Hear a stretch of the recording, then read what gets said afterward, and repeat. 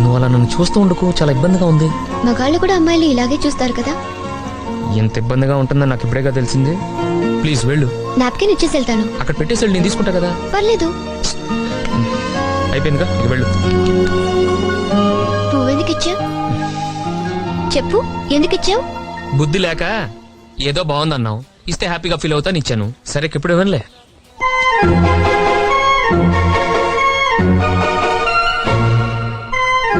చెయ్యి వదులు. వదలను. ఏం చేస్తావు? ఏం చేస్తాం? కాళ్ళు పట్టుకొని బతిమాలతాం. చేయి పట్టుకొని పిలుస్తుంటే కాళ్ళు పట్టుకుంటానంటావేంటి నువ్వు? దీన్నేమంటారో తెలుసా? చేయి చేసుకోవటం అంటారు. పాణిగ్రహణం అంటారు. ఒక అమ్మాయి ఎడం చేయి, ఒక అబ్బాయి కుడి చేయి కలిస్తే పెళ్ళైపోయినట్లే. నువ్వు ఇలాంటి కొత్త రూల్స్ పెట్టు. నాకు తెలిసినంతలో 3 ముడ్లు వేస్తేనే పెళ్లి. ఏం తింటున్నావే నువ్వు? చేయి వదలను కదా అని హ్యాపీగా ఫీల్ అవ్వకు. నిన్ను వదలను.